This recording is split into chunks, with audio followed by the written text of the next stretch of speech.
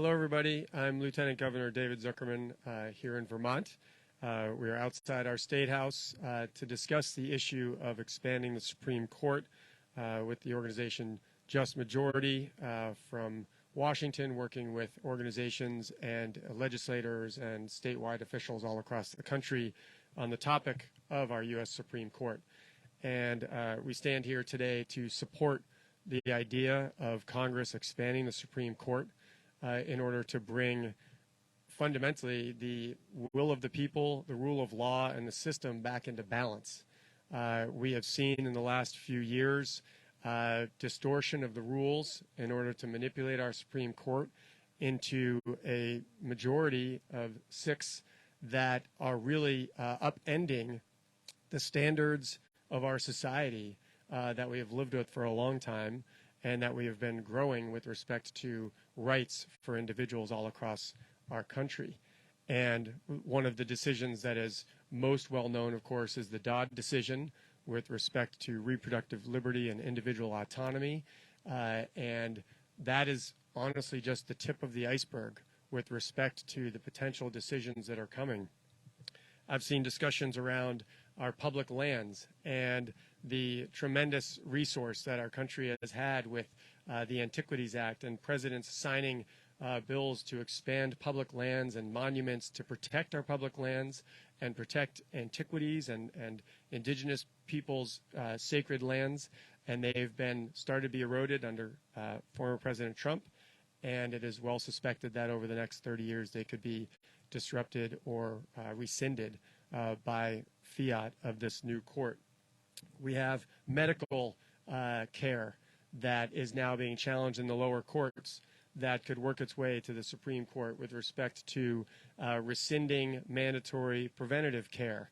And that is being challenged by a judge in, I believe, Texas. And that will work its way to the Supreme Court. And we have seen this court willing to upend precedent 30 and 50 years and more for right-wing ideological outcomes that do not fit with the fundamental rights, free speech, and civil liberties that our country has been founded on. So I stand up here, admittedly, with some trepidation. I don't believe we should change the system that we live under in our republic and democracy willy-nilly. On the other hand, we have seen the traditional institutional norms and balance and respect for the system be completely upended by a tyrannical minority that essentially stole Supreme Court seats that we will now have to live with those outcomes for the next 30 years. It is in our Constitution. Congress has the authority to change the court structure and numbers. We know that we don't have a judiciary as big as it actually needs to be for all of the cases that are happening around individual rights and liberties in our country, and expanding the Supreme Court by 4 seats would reestablish the balance that has existed for many, many years. And so I stand here with others to support the actions and the will of Just Majority and others all across the country and in solidarity. With that, I don't believe the next speaker is available at the moment with the activities in our chamber coming to the last few weeks. So I will be introducing Senator Tanya Vyhovsky for her remarks. Thank you so much for being here. Our democracy is at a crisis point, and the unethical, unqualified, and hyper-polarized Supreme Court is at the forefront of my mind as I look with fear at the future of our nation. When the justices that are tasked to uphold our Constitution and the rights of our citizens are clearly compromised, a critical arm of our democracy is unable to do its job. The Supreme Court is overturning settled law and making decisions that are doing immediate harm. Justices who have blatant conflicts of interest, clear and dangerous political ideologies, who have been accused of sexual assault, and who believe that the rule of law does not apply to them, are unqualified to uphold the Constitution of this nation.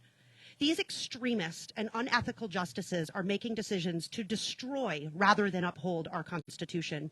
Decisions that destroy voting rights, take away basic bodily autonomy and reproductive freedom, give guns more rights than our children, and undercut the foundational promise that there is a separation of church and state.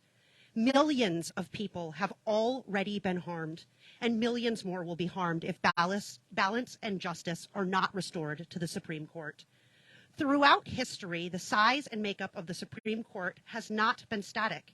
In fact, it has changed 7 different times before it was expanded to the current number of 9. In order to save our democracy, we must use the legislative power and responsibility to restore balance and fairness through expansion of the Supreme Court. Americans need to know that they can trust that their rights are going to be protected, regardless of their identity, religion, gender, race, or any other factor. We need to act right now to take this critical step to save our imperiled democracy and protect every American's right to life, to liberty, to happiness, and to justice. Thank you. Go ahead. Sure. Hi, everybody. I'm Senator Gulick from Chittenden Central. I'm here to talk a little bit about public education, which is called the Great Equalizer. It's an institution that has the potential to lift folks out of poverty and give them the tools to pursue the American dream. With a strong public education, our most vulnerable kids, kids living in poverty, kids from historically marginalized communities, new Americans have the possibility of finding a fulfilling career or going to college or both. But right now, this formative and cherished institution is under threat from all sides. There has been no real progress on poverty in 50 years. The divide between the rich and the poor is growing, and schools remain segregated. 55 years after the Supreme Court issued its landmark ruling striking down school-sponsored prayer, religion in schools is again in the spotlight.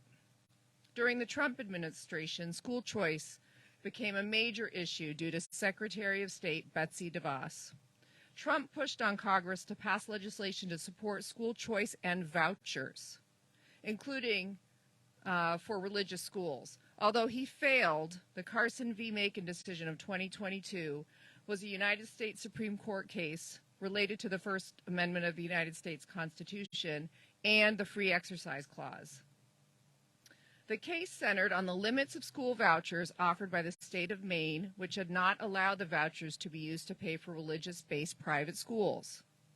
In a 6-3 decision, the court ruled that Maine's restrictions on vouchers violated the Free Exercise Clause as they discriminated against religious-backed private schools. So any state, like Vermont, that gives public money to private schools is now required to also give public dollars to religious schools. The separation of church and state has long been an important tenet of policy and legislation in the United States. But this very idea is under threat as we require public dollars to go to religious schools, and this further erosion of separation of church and state threatens one of the ideals upon which our country was founded. It means we're sending public dollars to religious schools that may discriminate against our children, that are not required to provide the same services to children, that are not held to the same financial reporting and scrutiny as our public schools, and that simply aren't accountable to taxpayers the way public schools are. This erosion, coupled with teacher shortages, aging and crumbling buildings, severe mental health issues, and more administrative and legal burdens placed on educators and administrators, make for an unsustainable system. As Americans, we must draw a line in the sand and demand that public dollars go to public institutions. Public taxpayer money should not be used to fund private schools, especially religious schools. This is absolutely a crisis of legitimacy at our Supreme Court, and it's time for reform. This body is too powerful and too critical to the function of our democracy to be guided by partisan politics. Thank you, and I think Ann Watson is here. Yeah.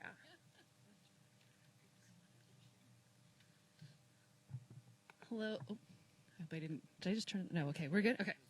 All right. Hello, everyone. My name is I'm Ann Watson, Senator.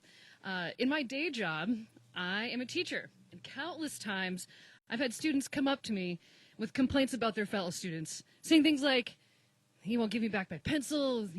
She won't listen. He won't share. It's not fair." And they come to me as a teacher because they believe that I will dole out justice, that I will be the enforcer and the arbiter of what's fair. When the highest court in our land doesn't recognize the fundamental rights of women, doesn't protect LGBTQ students from discrimination, won't protect students from gun violence, how can we trust them to be the arbiters of justice? It is my sense that the Supreme Court is starting to lose the trust of the public. The cracks in the system are showing. It's evident that the structure of the Supreme Court needs to an overhaul, and while I support other reform measures like enforceable ethics, like an enforceable ethics policy, expanding the court is the most expedient way to bring balance back to the court. We need a Supreme Court that will uphold the fundamental rights of every person in this country. Adding more seats will bring the much-needed balance to a court that currently clearly is pushing a conservative agenda and interpretation of the law. I don't take this change lightly, and what we're advocating for here is a big deal, but it's a necessary, bold step towards balance, towards justice, and towards equity. Thank you.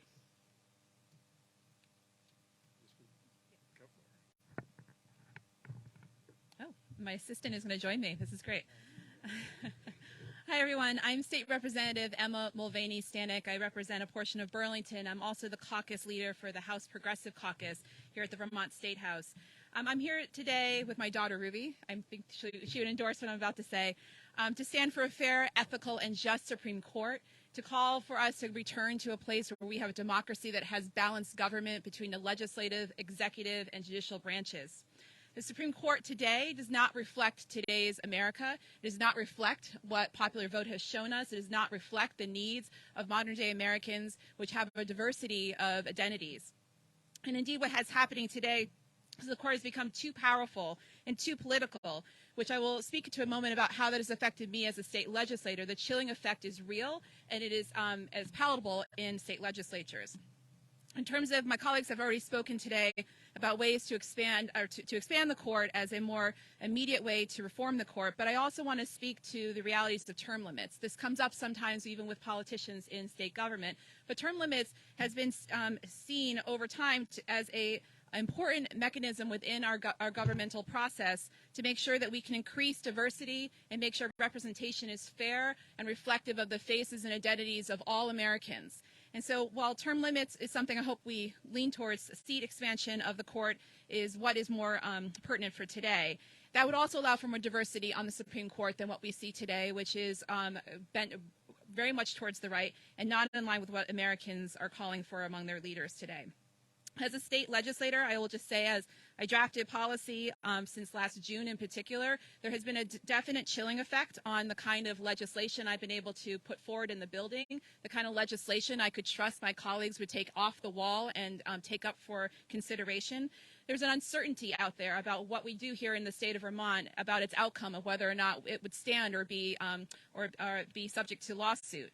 I've seen colleagues be fearful about putting the bold change that Vermonters have asked us to do around gun policy, around abortion, around protecting gender-affirming care, around even the issues of public education, again, spoken to by my colleagues, of defending public education and making sure public dollars don't go into the hands of religious institutions that are known to discriminate against LGBTQIA plus individuals, students, their families, and staff. So I will not be deterred. I will not legislate towards fear, but I do know that this is happening left and right all over the country. And so I call today on behalf of my colleagues here in Vermont and here standing here for reforming the Supreme Court. Thank you.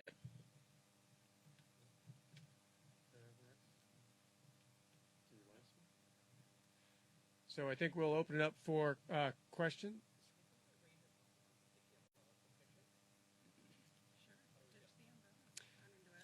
Are there any questions for either myself or any of the folks that have spoken, or others if they want to step in with remarks?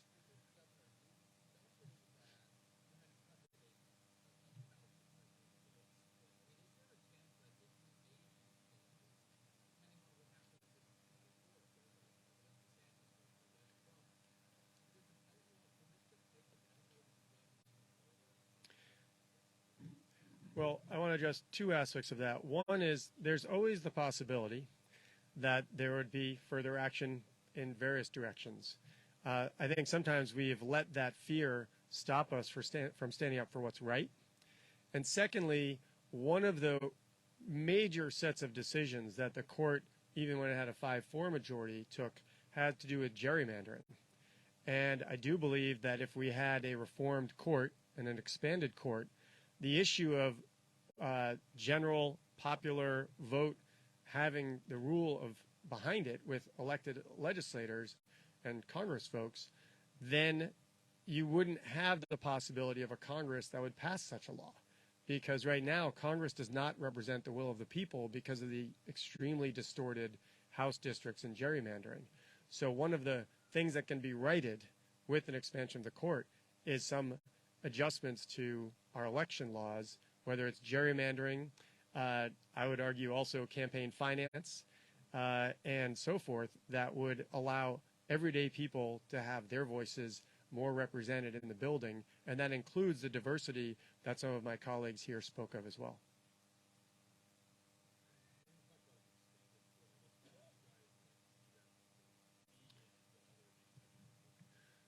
Well, at this moment, I believe the idea is expanding it by 4 members, so that would be to 13.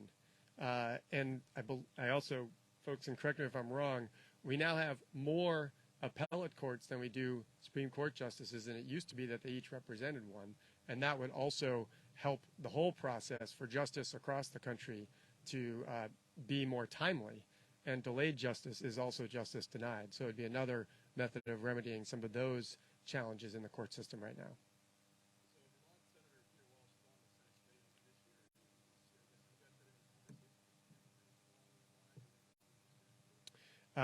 I have not yet. I don't know if any of my colleagues have, but certainly with this today's press conference and further, I'll be in touch with his office as well as all the members of the federal delegation, because again, regardless of whether folks are on the committee or not, it would be a vote of the whole body or both bodies to move something like this forward.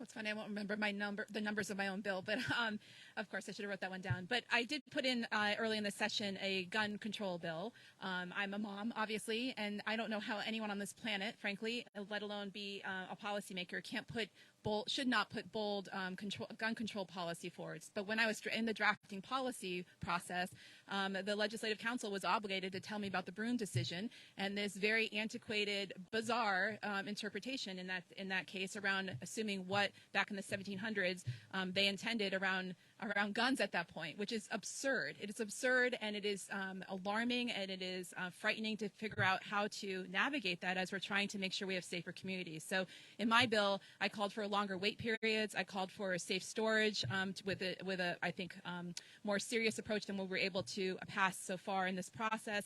I also called for making sure that we take guns out of places that are sort of vulnerable places where alcohol is served. This was an issue that the city of Burlington passed on a charter change many years ago at this point. And so that was another provision not brought up. One last piece in there was to take guns away from people convicted of hate crimes. So there are a number of things we should be doing, and even more than that, to really address larger issues around issues. I fear about saying this in front of my child, but issues related that are happening in our schools that I think everyone knows I'm referring to. And we were really hamstrung by that. And so while we can put bold ideas still on the wall, and I think that's important, that's what I've chosen to do because it's important to me to reflect back to constituents and frankly anyone who will listen that this is what is really needed. But what is actually then acted upon is a very different thing with the climate of this current court.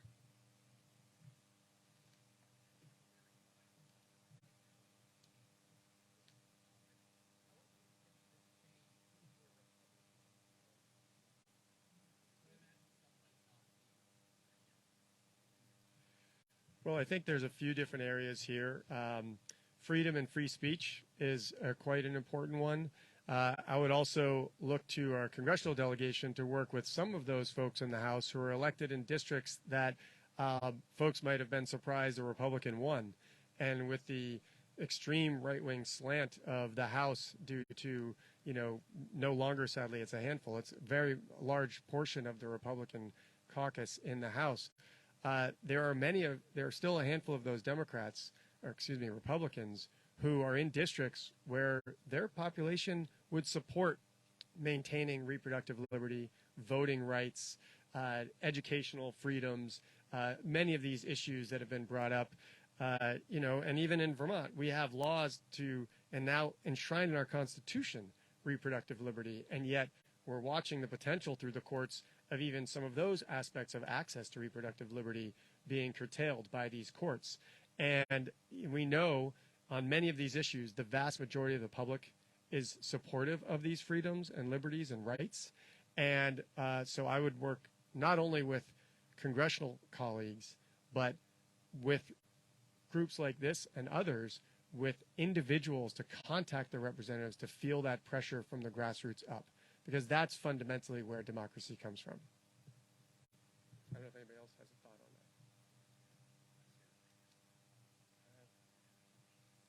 that. I think we'll wrap it there, and thank you so much for your time today.